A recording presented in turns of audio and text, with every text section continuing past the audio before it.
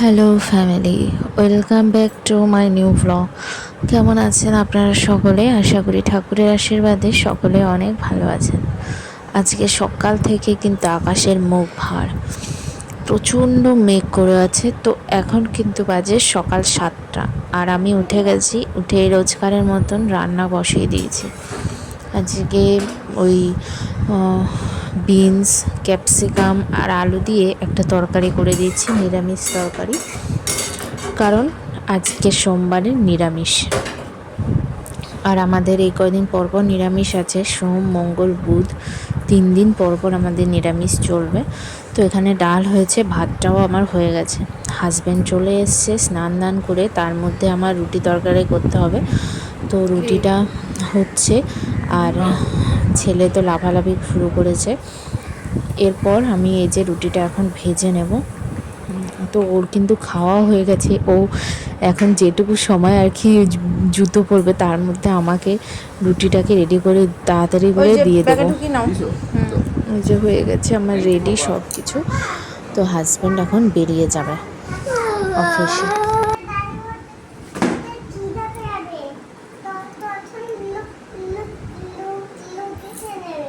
খিদা পেয়ে গেলে রুটি খেয়ে নেবে।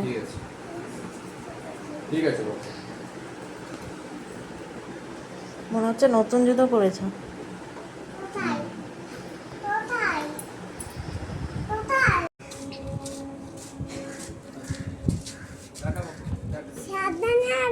বাবা পাকা ঝুনঝুনি, পাকা ঝুনঝুনি, আর ঝুনঝুনি আসো এদিকে, ঝুনঝুনি, ঝুনঝুনি আসো, একটু উপরে দিয়ে যান।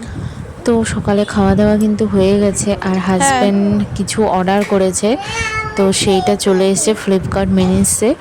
আর ছেলে বলেছিল ওর জন্য ক্লে পাঠাতে, তাই একবারে সব কিছুই অর্ডার করে দিয়েছে। আর ছেলে তো খুব নাচানাচি করছে।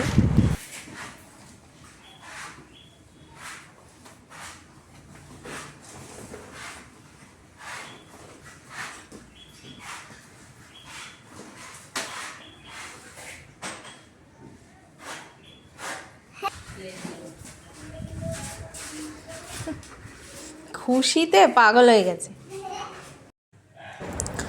এরপর এই যে আমি ঠাকুর ঘর পরিষ্কার করে এসে ছেলেকে একটু ফল কেটে দিলাম।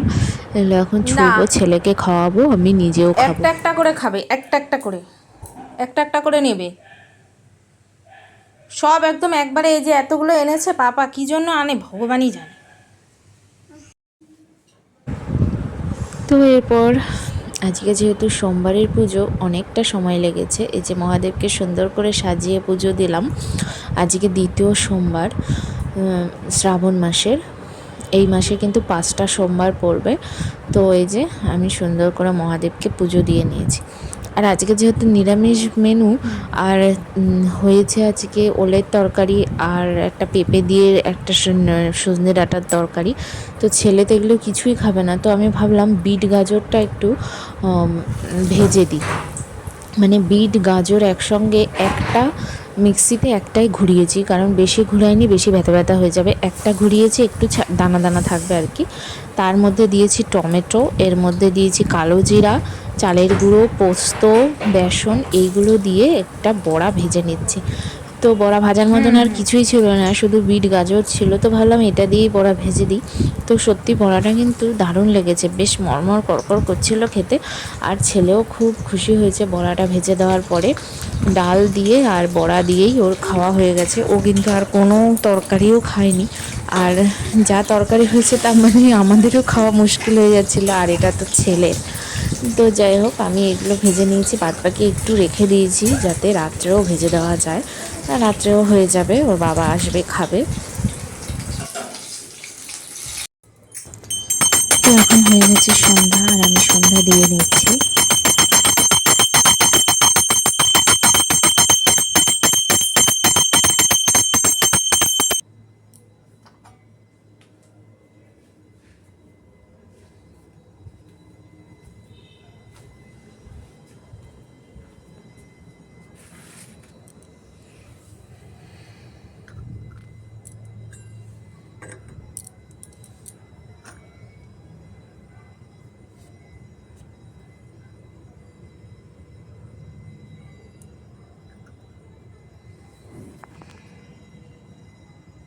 তো সন্ধ্যা দিতে দিতে দেখলাম ছেলে চলে এসছে, তো ওকে নিয়ে একটু হাঁটাহাঁটি করছি। সুন্দর লাগছে মনকে। হ্যাঁ হ্যাঁ, তাই তো। ওই যে গুরু পূর্ণিমা আসছে না, সেই জন্য। হুম,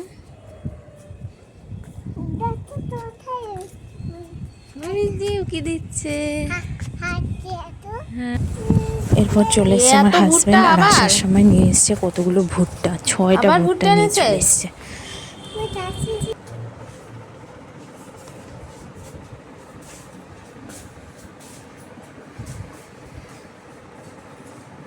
কি খাবি?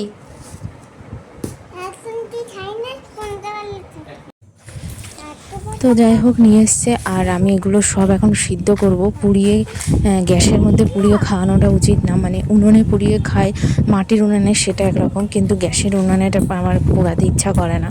তো সেই জন্য আমি এখন সবগুলোই একবারে সিদ্ধ বসিয়ে দেবো, তাও সিদ্ধ খাক, সেটা তাও অনেক ভালো হবে।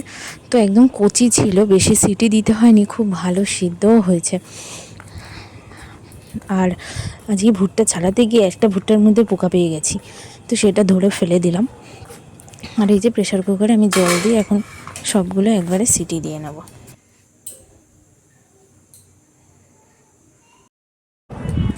তো ওকে এখন দুধটা দিয়ে নিই, কারণ এরপর ভুট্টাটা হতে হতে দুধ খাওয়াও হয়ে যাবে।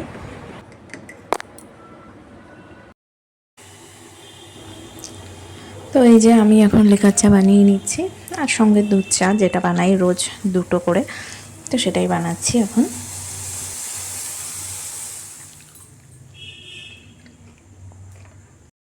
আজকে তাহলে এই পর্যন্তই। আর ছেলেকে ঘুম পাড়াচ্ছিলাম, তো ও ঘুমালো এই জাস্ট। তো যাই হোক, আজকের ভিডিওটা এই পর্যন্তই। সকলে ভালো থাকবেন, দেখা হবে নেক্সট ব্লগে। টাটা।